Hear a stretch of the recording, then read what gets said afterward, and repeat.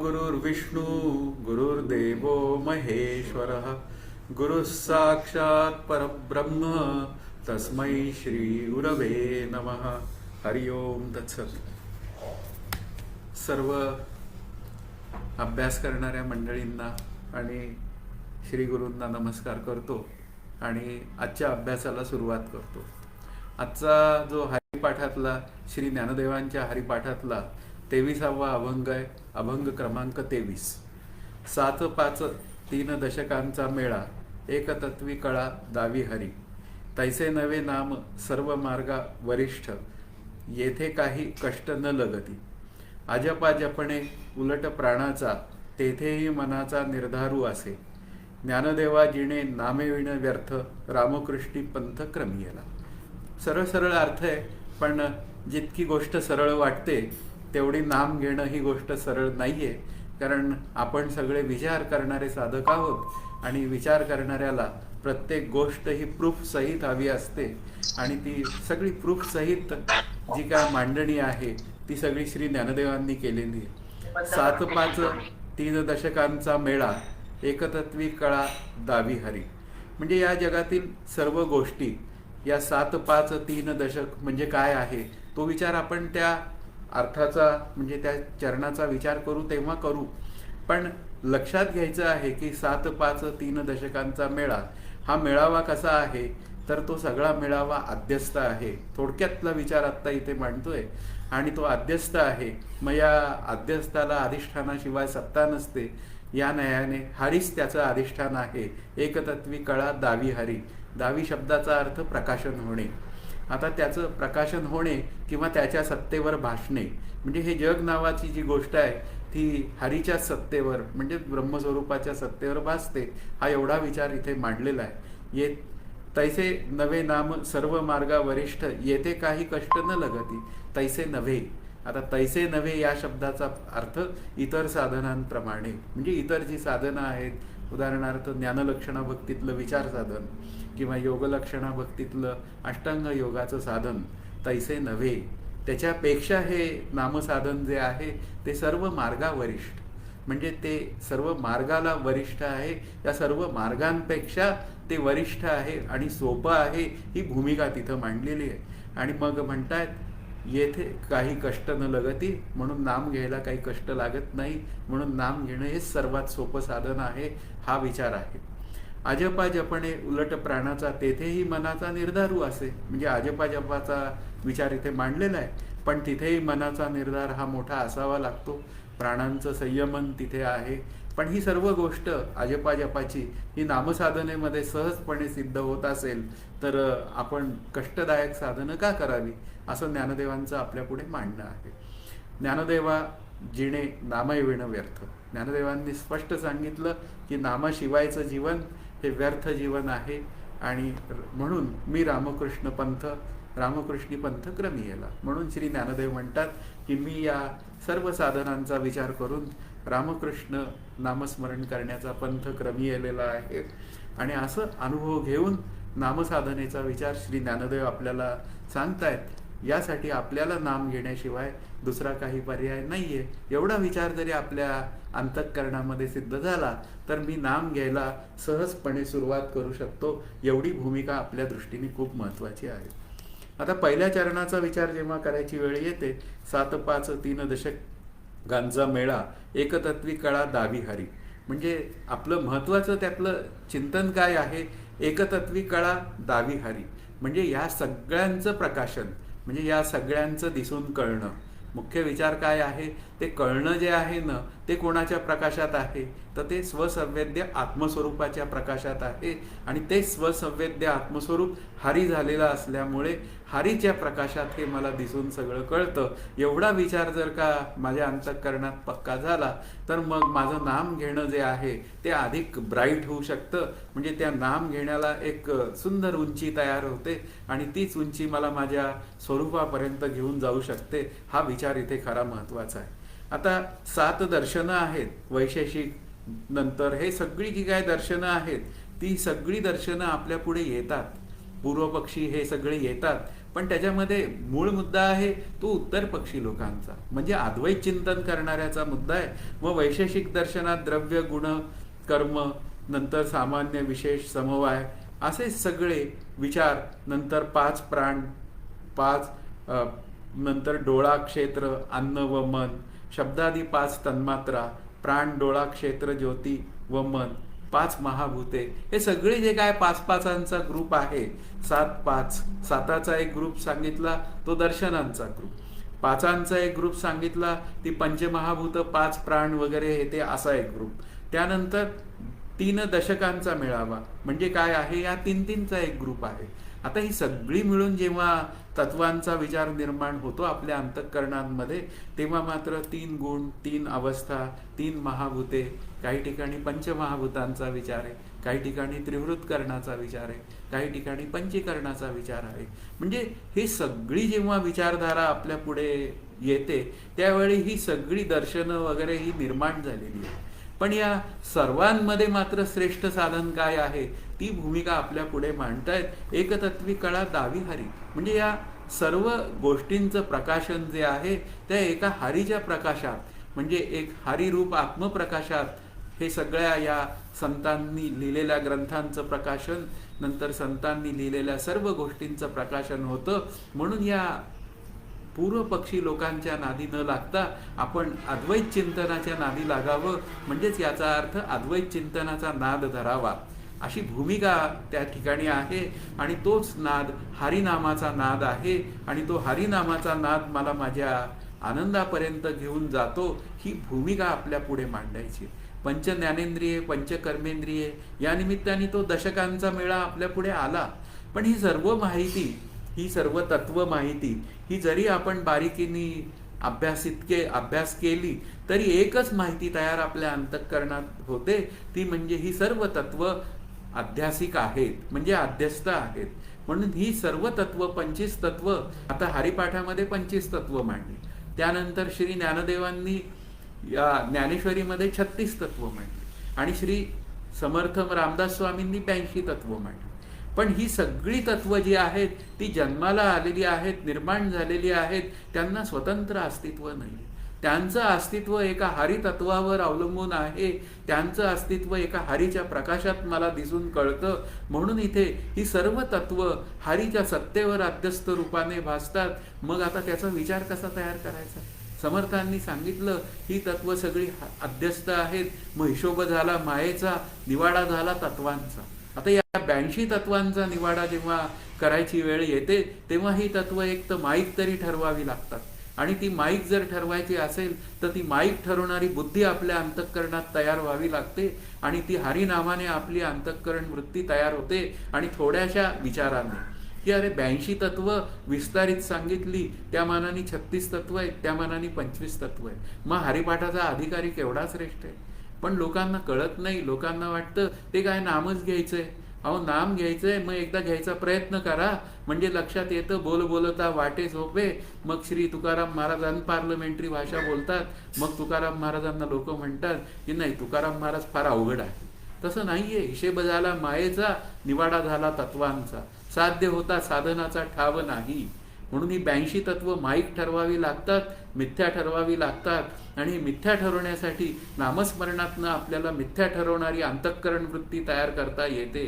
शमदमावरी हरी झाला म्हणजे याचा अर्थ हरिनाम मला शमदमाचाही अभ्यास करायला, पूर्तता करायला परिपूर्ण आहे. आणि तेच हरिनाम मला एक थोड्या विचारांमध्ये सगुण हरी, ईश्वररूप हरी आणि पुन्हा आत्मरूप हरी. आत्मरूप हरीशी मला एकरूप व्हायचंय, ईश्वरूप हरीच्या मला आज्ञा ऐकायच्या आहेत, आणि सगुण हरीचं मला नाम घ्यायचंय. एवढा जर विचार माझ्या अंतःकरणामध्ये आला तर ही 25 तत्व आपल्याला म्हणूया, किंवा ही 36 तत्व किंवा ही 82 तत्व ही मिथ्या ठरवायला आपल्याला वेळ लागत नाही. थोड्याशा अनात्म विचारांनी ही तत्व मिथ्या ठरू शकतात. म्हणून इथे या सर्व सृष्टीला, म्हणजे या 25 तत्वांच्या सृष्टीला आता हरिपाठाचं चिंतन आहे म्हणून हरिपाठाचा विचार. मग या 25 तत्वांच्या सृष्टीला निमित्त उपादान कोण आहे? तर निमित्त उपादान हरीच आहे. असं भूमिका आपल्याला तयार करावी लागेल. आणि हारीच आहे या शब्दाचा अर्थ जेव्हा आपण ब्रह्म आहे असं म्हणतो आणि मग ब्रह्मच जर हारी झालं असेल तर निमित्त उपादान सुद्धा हारीच आहे. मग उपादान जर हारी असेल तर या सर्व सृष्टीमध्ये मला हरितत्व पाहायला काय अडचण आहे. आणि हरितत्व जर मला पाहायचं असेल तर हरिमुखे म्हणा पुण्याची गणना कोण करी. ते जेणे माते पाविजे ते शुद्ध पुण्य हे हरी मुखाने म्हणजे हरीचं नाम घेण्यातच मला आहे. सर्वत्र हरिमुख पाहण्यातच आहे. आणि हेच हरिनाम मला सर्वत्र हरिमुख पाहायला शिकवतं. ही भूमिका आपल्याला घट्ट करायची आहे. म्हणून या सर्व साधनांमध्ये हरिनाम श्रेष्ठ आहे. तो दुसऱ्या चरणाचा विषय आहे. त्यावेळी आपण करूया. पण त्याचं नाम घेणं हरीच जर श्रेष्ठ असेल तर हरीचं नाम घेणं हे सर्वात सोपं आणि काय म्हणूया आल्हाददायक आहे. हरिनामामध्ये आनंद आहे. हरिनामामध्ये प्रेमाचा वर्षाव आहे. आणि असा प्रेमाचा वर्षाव हरिनामामध्ये असेल आणि हरिनामामध्ये आल्हाददायकता असेल तर त्याचं नाम घेणं हे खूप सुंदर आहे. कारण ब्रह्मस्वरूपाचं नाम घेता येत नाही. ब्रह्मस्वरूप आरूप असल्यामुळे आता बोली आरूपाचे रूप दाविनं तर ते काय निमित्ताने दाविनं. अहो ते हरी निमित्तानेच दाविनं अशी भूमिका आहे. अतिंद्रिय परी इंद्रियां करवी भोगविनं म्हणजे अतिंद्रिय तत्व हे मला इंद्रियांच्या निमित्ताने दिसून कळेल. मग ते कसं कळेल तर ते हरिनामाच्या प्रकाशात मला कळेल. म्हणून हरिनाम श्रेष्ठ आहे. म्हणूनच हरिनाम कसं आहे एकतत्वी कळा दावी हरी. म्हणजे हे सगळं काय आहे हरिनाम नावाचं तत्वच हे सगळं 25 तत्वांचं प्रकाशन करतं. म्हणजे ते मला दिसून कळण्यात मदत करतं. मग हरिनाम श्रेष्ठ आहे. मग प्रत्येक नाम रूपात्मक पसाऱ्यामध्ये हरीला पाहणे हीच आपल्या साधनेची एक युक्ती आहे. आणि तेच सोपं साधन आहे. मग ब्रह्माला पाहता येत नाही. मग नाही पाहता येत तर कशाला रडायचं. अहो ब्रह्मच जर हरी झालं असेल तर हरीच्या निमित्ताने मी ब्रह्माला पाहतो आहे असं म्हणायला काय हरकत आहे. ते 5 ज्ञानेंद्रिय आणि 6 प्रमाणांनी कळत नाही. 1 तास तो प्रवचनाचा विषय होतो आणि पुढे मी म्हणतो मग आता ब्रह्म पाहायचं कसं. अहो हरीच्या रूपात पाहायचं सोपं झालं. एका वाक्यात सोपं झालं. एवढं सोपं जर का या हरिपाठाच्या निमित्ताने आत्मचिंतन जर सोपं होत असेल तर मग जे स्वस्त आणि सोपं आहे ते घेणंच चांगलं. ते महागाचं आणि कठीण साधन करणं ते मोठं अवघडच आहे. म्हणून ही प्रत्येक नामरूप जी आहेत ना ही ज्ञानलक्षणा भक्तीमध्ये आद्यस्थ आहेत असं ठरवावं लागतं. कारण त्याचं प्रकाशन हरीच्या नामात होतं. या शब्दाचाच अर्थ आहे की हा नामरूपात्मक पसारा हा हरीच्याच सत्तेवर आहे. मग असं ठरवताना ज्ञानलक्षणा भक्तीमध्ये आद्यस्थता ठरवताना खूप काही कसरत होते. नको असलेला विचार म्हणजे या सृष्टीतील प्रत्येक पसाऱ्याला मी सत्यत्व देतो आणि त्या नामरूपात्मक पसाऱ्याला सत्यत्व दिलं की मग मी म्हणतो त्या प्रत्येक नामरूपात्मक पदार्थाला त्या ईश्वराने निर्माण केलेलं आहे. आणि मग तो ईश्वर आणि त्या नामरूपात्मक पसाऱ्याला त्या सच्चिदानंद रूप ब्रह्माचं काय म्हणूया अधिष्ठान आहे. मग अधिष्ठान असतं तर मग अध्यस्थाची निवृत्ती अधिष्ठानमय असते. जशी शिंपलीवरील चांदी. आता चांदी अध्यस्थ आहे आणि शिंपली ही काय आहे अधिष्ठान आहे. पण काय झालं चांदीचा भ्रम निवृत्त झाला आणि शिंपली मला खळाली पण माझं अज्ञान मात्र तसंच राहिलं. अहो त्या शिंपली आणि चांदीच्या विचारामध्ये कुठे काय कसरत करायची. तिथे मात्र माझ्या अज्ञानाची दूरता करण्याची कुठेही सामर्थ्य नाहीये. मग आता सामर्थ्य कशामध्ये आहे. अहो प्रत्येक अध्यस्थ पदार्थांच्या मागे हे अधिष्ठान हरितत्व आहे असा विचार करताना मात्र अन्वय दृष्टी माझ्या अंतःकरणामध्ये सहज प्राप्त होऊन जाते. मग काय आहे त्या चांदीचं अधिष्ठान काय आहे शिंपली उपहित हरी आहे. आता चैतन्य शिंपली उपहित चैतन्य याच्यापेक्षा शिंपली उपहित हरी असा जर का विचार केला तर हरीला पाहणं हे सर्वात सोपं आहे. मग त्या प्रत्येक व्यक्तीमध्ये मला हरीला पाहता येतं आणि ती अन्वय दृष्टी अशी सहज निर्माण करता येते.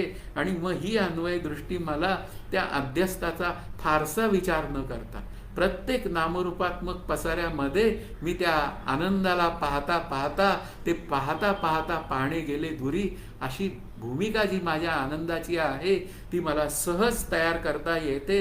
हा माझ्या नामाचा मोठा फायदा आहे की डायरेक्ट तो अन्वय साधनेला भूमिकेला जातो. अहो सर्वत्र हरीच आहे.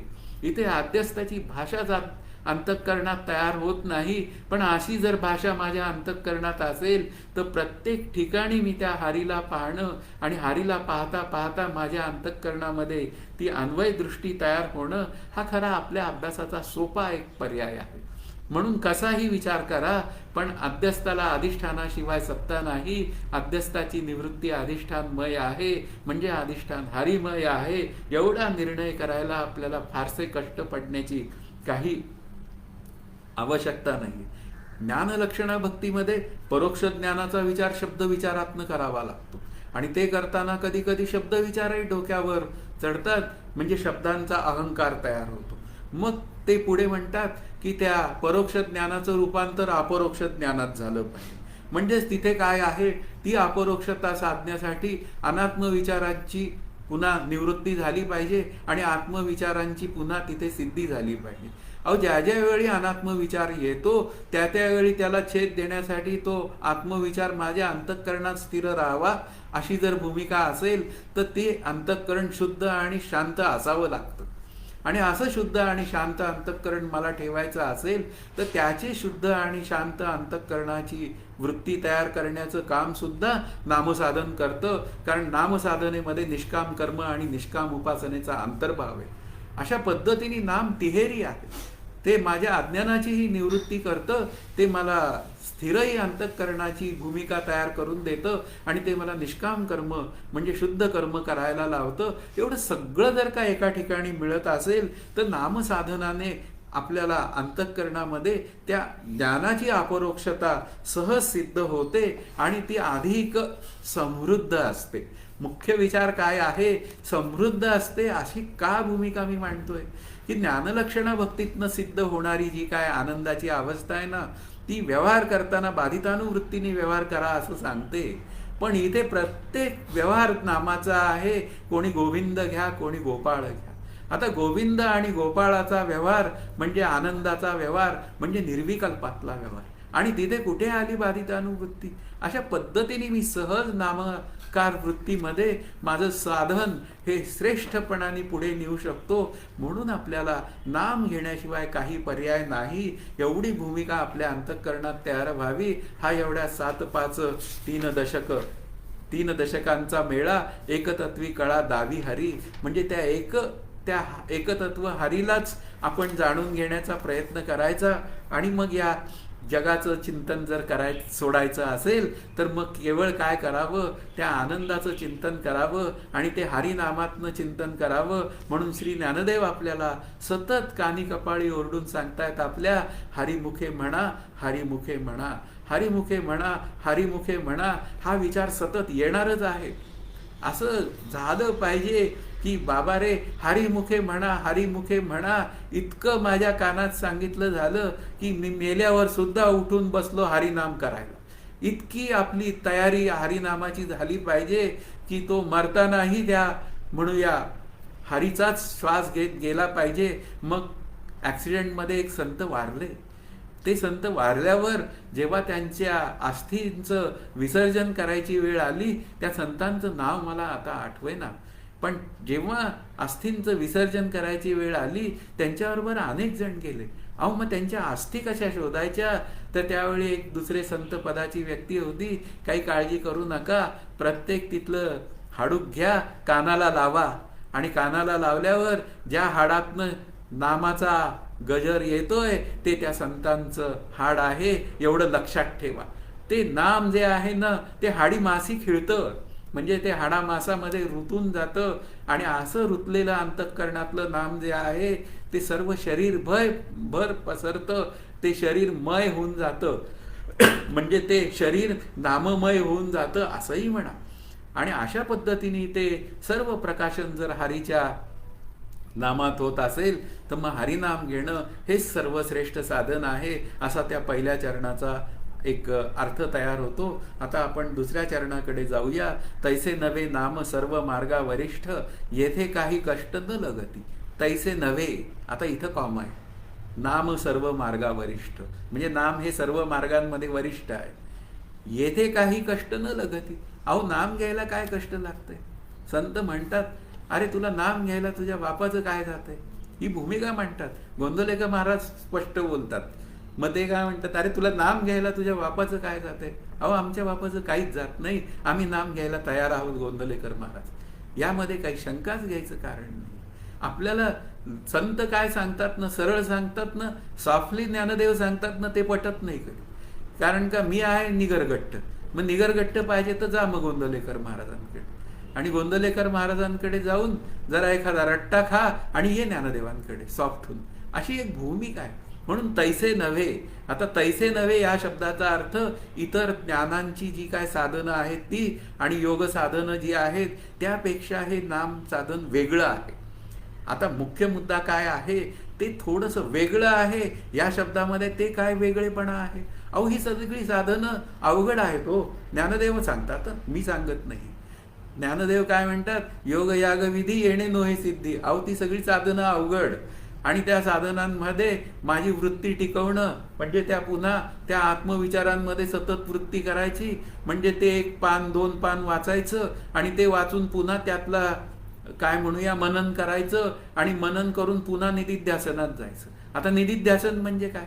प्रसंख्यान. आणि प्रसंख्यान म्हणजे काय? सतत त्या आनंदाचा विचार करणारी वृत्ती. मग नाम काय आहे? अहो नाम आणि हरी दोघं वेगळे नाही. आणि हरी काय आहे? ब्रह्मरूप आहे, आणि ब्रह्म हा आनंद रूप आहे. मग नाम म्हणजे आनंद, फिनिश. नामामध्ये मी आहे म्हणजे मी आनंदात आहे. मग आता ते नाम काय आहे? ते सोपं साधन आहे. हे या इतर साधनांप्रमाणे तैसे नव्हे, ते अवघड साधनं आहेत. तर अवघड साधनांच्या नादी तू लागू नकोस, तर तुला मी सर्व सोपं साधन देतो, असं श्री ज्ञानदेव मला म्हणतात. ही सर्व साधने अवघड आहे. मग हे नाम साधन का वरिष्ठ? तर ते सोपं आहे. आणि सोपं काय आहे? तर प्रत्येक साधन त्या नामसाधनेमध्ये आहे. निष्काम कर्म नाम घ्या, निष्काम उपासना नाम घ्या, अविद्या निवृत्ती नाम घ्या, मुखी नाम हाती मोक्ष. आता हे काय झालं? याचा अर्थच नामामध्ये सर्व विचारधारा आहे. या सर्व ऑल इन वन साधन जे आहे ते जर का मला कष्टदायक नसेल, तर इतकं कष्टदायक नसलेलं साधन जे आहे, येथे काही कष्ट न लगती, म्हणून हरिमुखे म्हणा, हरिमुखे म्हणा, एवढा विचार आपल्या अंतःकरणात पक्का व्हायला पाहिजे. म्हणून आता काय करा, तर तुम्ही इतर साधनांचं ध्यान न करता नामाचं ध्यान करा, अशी भूमिका मांडली. श्रीहरी परमात्म्याचं नाम घेणं म्हणजे त्याचं ध्यान करणं. कारण का आहे? नाम आणि नामीचा अभेद, आणि नामी आणि ब्रह्म यांच्यात अभेद म्हणजे नामाचं चिंतन म्हणजेच ब्रह्माचं चिंतन म्हणजे श्रीहरीचं चिंतन. झालं ध्यान. ध्यान काही वेगळं करायची गरजच नाही. चालत्या बोलत्या ध्यानात नामस्मरणाचा विचार आहे, बैठकीच्या ध्यानातही नामस्मरणाचा विचार आहे. अहो आमचे श्री गुरु तेच सांगतात, बैठकीच्या ध्यानामध्ये काय करा, तर काय डोळे झाका, बैठकीला बसा, आणि बसलात की काय करा, वाचेने नाम घ्या, कानाने ते ऐका, आणि डोळ्यांनी त्याचं रूप पहा. झालं. आता हेच सगळं एवढं केलं की त्यामुळे माझी अंतःकरण वृत्ती बाह्याकार होतच नाही, आणि बाह्याकार झाली नाही तर ती नामीवरच टिकून राहते, म्हणजेच नामावर टिकून राहते, म्हणजेच श्रीहरीवर टिकून राहते, म्हणजेच ब्रह्मावर टिकून राहते. आला का नाही आनंदाचा अनुभव? अहो नाही म्हणण्याची काय पिशात आहे? इतकं सोपेपणा जर का ध्यानाच्या निमित्ताने मला जर मिळत असेल, तर असं जे काय सगुणाचं ध्यान म्हणजे श्रीहरी रामाचं ध्यान, श्रीहरी विठ्ठलाचं ध्यान, हे थेट ब्रह्मस्वरूपाचं ध्यान आहे. म्हणून हे सर्वत्र सर्व विचार एका या नामसाधनेत सर्व सामावून जातात. म्हणून ते वरिष्ठ आहे. नाम सर्व मार्गा वरिष्ठ, म्हणजे या सर्व मार्गांमध्ये नामसाधन हे काय आहे? हे श्रेष्ठ आहे. नाम नामी अभेदामुळे निर्गुण ब्रह्माचाच अनुभव येतो. म्हणजे मी ज्यावेळी नामस्मरण करतो त्यावेळी मी नामात म्हणजेच ब्रह्मज्ञानात असतो. म्हणून इथे भगवत प्राप्तीचं साधन जर का असेल तर ते नामसाधन आहे. हे इतर सर्व शास्त्र मार्गापेक्षा ते सर्वश्रेष्ठ साधन आहे. असं ते एकटं साधन आहे की ते साधन करताना इतर साधनांचा मला अवलंबच विशेषत्वाने करावा लागत नाही, एवढा विचार मी मांडतो. कारण इथे विशेषत्वाने हा ही भूमिका मांडली आहे. कारण का अविद्या ही अंतःकरणात बसलेली आहे, आणि अंतःकरणातनं अविद्या दूर करायची असेल तर थोड्याशा आत्मविचाराची गरज आहे आणि नामसाधनेतनं मिळणारा आत्मविचार तेवढासा त्या अविद्या निवृत्त करायला उपयोगी आहे, एवढा विचार मला मांडायचा आहे. म्हणजे अल्पशा आत्मविचाराने मी जर का समृद्ध त्या आनंदरूप ब्रह्मस्वरूपाशी एकरूप होत असेल, माझी श्रीमंती जर का तिथे मला मिळत असेल, तर अशी गरिबी सोपेपणात घालवण्याचं साधन जर आहे तर ते नामसाधन आहे. अशा रीतीने ज्ञानसाधनेत, योग साधनेत, कर्मानुष्ठान साधनेमध्ये खूप कष्ट आहे, पण नाम घेणं मात्र सोपं आहे, सरळ आहे आणि ते निर्मळ अंतःकरण तयार करणारं आहे. आणि असा निर्मळ अंतःकरणाचा जो माणूस असतो ना, तो बोलणे सुंदर, चालणे सुंदर, लिहिणे सुंदर, अशा पद्धतीने त्याचं वागणं असतं. त्याचं येणं शुभदायक असतं. त्याच्या येण्याने सुद्धा, नामधारकाच्या येण्याने आपली सर्वांची चित्तवृत्ती प्रफुल्लित होऊन जाते. म्हणजे इतर लोकांची सुद्धा प्रफुल्लित होऊन जाते. तो सुद्धा म्हणतो, यांच्या सान्निध्यात मला खूप बरं वाटतं, मला माझ्या श्रीगुरूच्या सान्निध्यात बरं वाटतं. आणि आमचे श्रीगुरू काय करतात, नाम घेतात. आणि आता ते काय सांगतात, नाम घ्या. का सांगतात, तर या नामाचा इतका मोठा महिमा आहे. तो महिमा कळून घेण्यासाठी, म्हणजे स्वानुभव संपन्न होण्यासाठी आपल्याला नाम घेण्याशिवाय काही पर्याय नाही, एवढा विचार आपल्याला करणीय आहे. म्हणून नावानेच देव प्रसन्न होतो. म्हणून देवाला प्रेम आवडते आणि देव भावाचाच भुकेला आहे. भावबळे आकळे एरवी नाकळे. अहो, त्या नामामधनं तो देवभाव तयार होतो, तो प्रेमभाव तयार होतो. आणि तो प्रेमभावच मला या देवरूप व्हायला मदत करतो. म्हणून नाम सर्व मार्गा वरिष्ठ, येथे काही कष्ट न लगती. बस नाम घ्या आणि नामस्मरण करता करता स्वरूपाशी एकरूप व्हा. म्हणून श्रीहरीच्या ठिकाणी भक्ताचं अपरिमित प्रेम हे तयार हरिनामामुळे होतं. आणि मग हे अपरिमित प्रेम गोळा करायला तो भक्त केवळ नामच घेत राहतो. आणि असा नाम घेणारा भक्त जो आहे, तो कुठलेही कष्ट न करता, त्याला विचारलं, अरे आपण कसे आहात, तर त्याचं उत्तर संत कबीर महाराज देतात की राम करे हमारा जप, हम बैठे आराम. या आरामामध्ये काय आहे, त्या आनंदाची प्रतीती आहे. ती आनंदाची प्रतीती मला जर का बहाल होत असेल या नामचिंतनातनं, तर नामचिंतन हेच वरिष्ठ साधन आहे. एवढा विचार करायला आपल्याला काही कारण नाही. म्हणजेच एवढा विचार आपण सतत करावा. आता तिसरं चरण जे आहे ना, ते आपल्याला असं सांगतंय, अजपा जपणे उलट प्राणाचा, तेथेही मनाचा निर्धारू असे. अहो, अजपा जप करायचा म्हणजे काय करायचं, अगदी तिथे प्राणाचा, तिथे मनाचा निर्धारू पाहिजे. आता कसा निर्धारू पाहिजे, आता अजपा जप जर का मला करायचा असेल, तर तो जप मला केला पाहिजे. आणि तो जप मला करून पुन्हा काय केला पाहिजे, तो कानाने ऐकला पाहिजे. आता तो कानाने ऐकला पाहिजे असं सतत मला केलं पाहिजे. आता हे किती कष्ट आहे, कष्टदायक आहे. अहो, मनाचा निर्धार असावा लागतो, सोपं नाही आहे ते. अजपा जप काय बोलला आणि अजपा सुरू झाला असं नाही. श्री समर्थांनी वेगळा एक समास लिहिला आहे, अजपा जप कसा करावा. म्हणजे याचा अर्थ काय आहे, तिथे श्वासावर नियंत्रण ठेवावं लागतं. असे योगी लोक साधन करतात.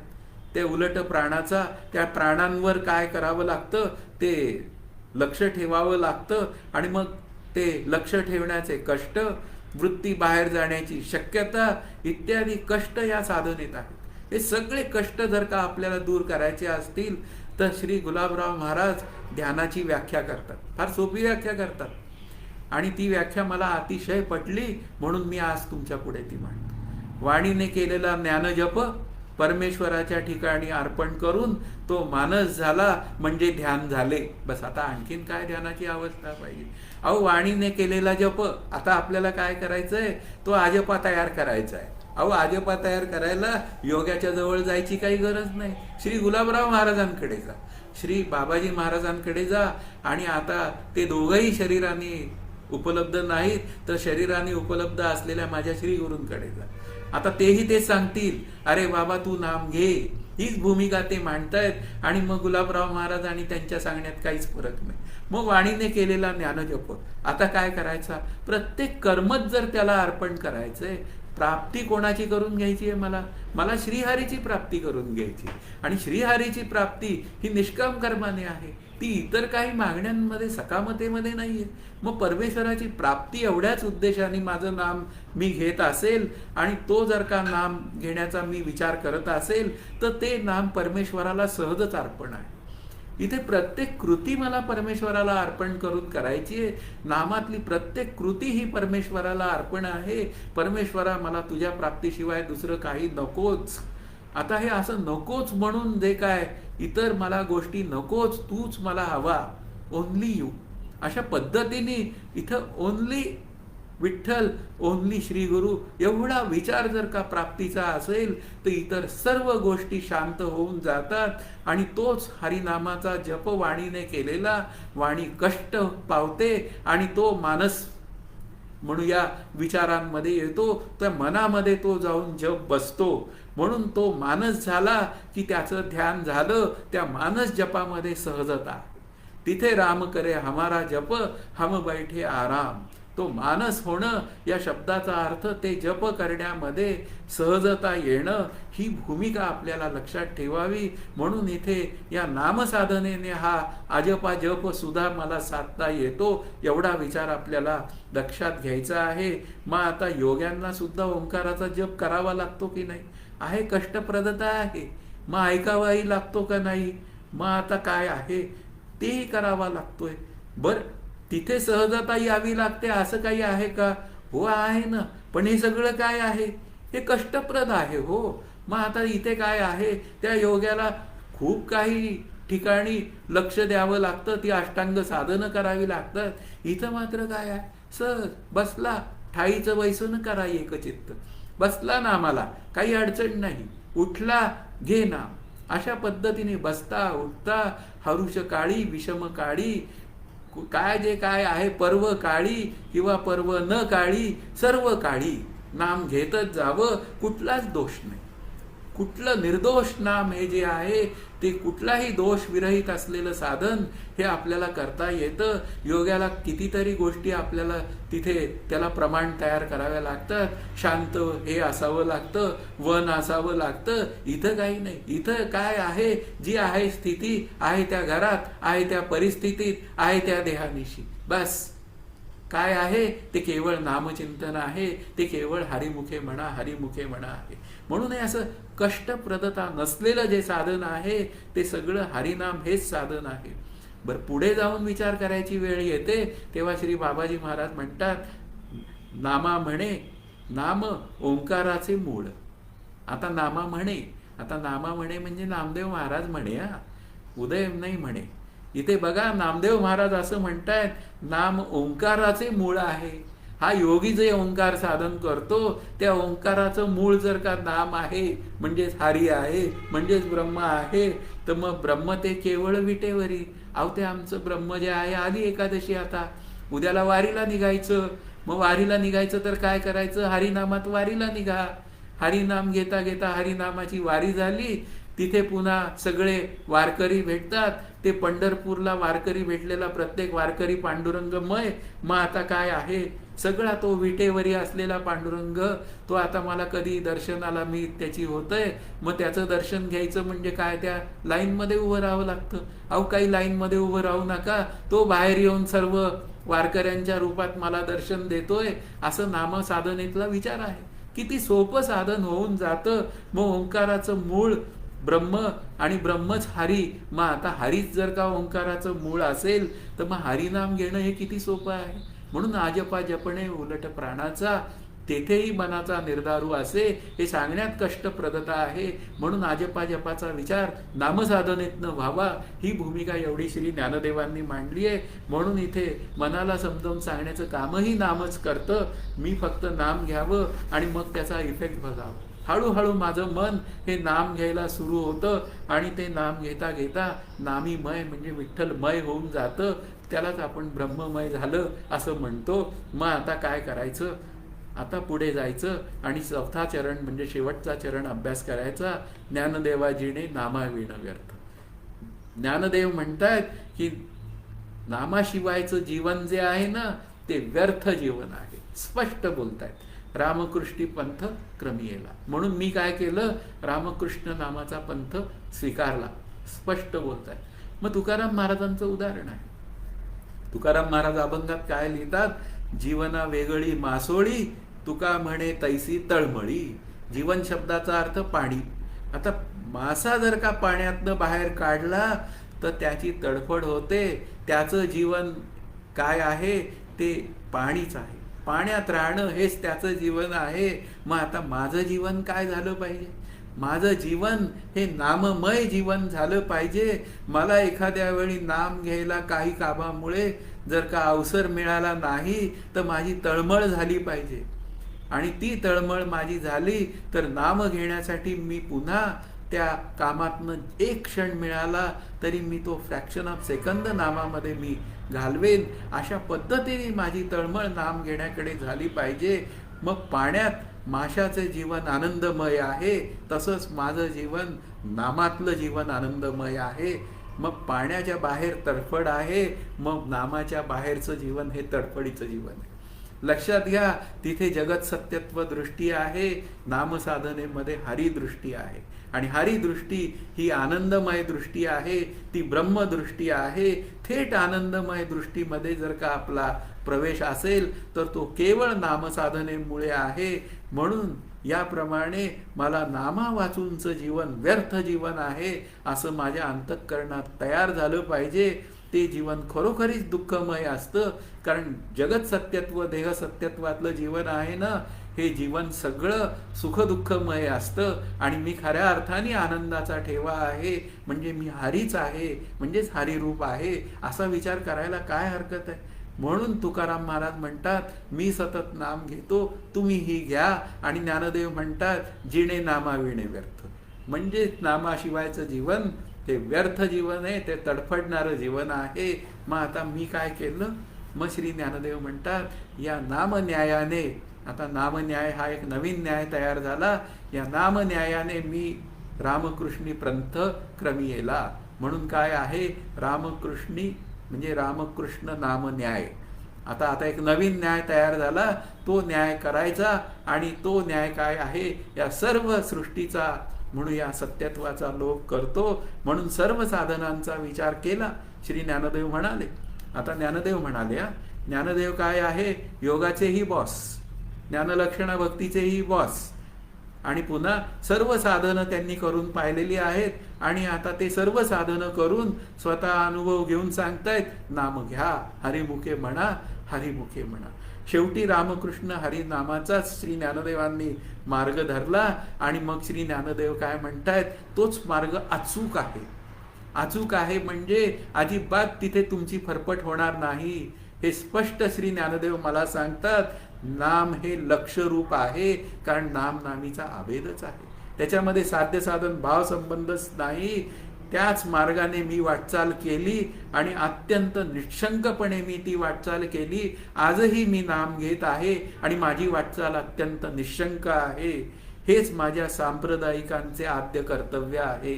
उद्या वारी आहे, मी ज्ञानदेवांचा सांप्रदायिक आहे, म्हणजे मी ज्ञानदेवांना मानतो. आणि मी जर का वारकरी असेल तर माझी इति कर्तव्यता काय आहे, हरिमुखे म्हणा, हरिमुखे म्हणा. म्हणून वारकरी आहे ना, मग नाम घे.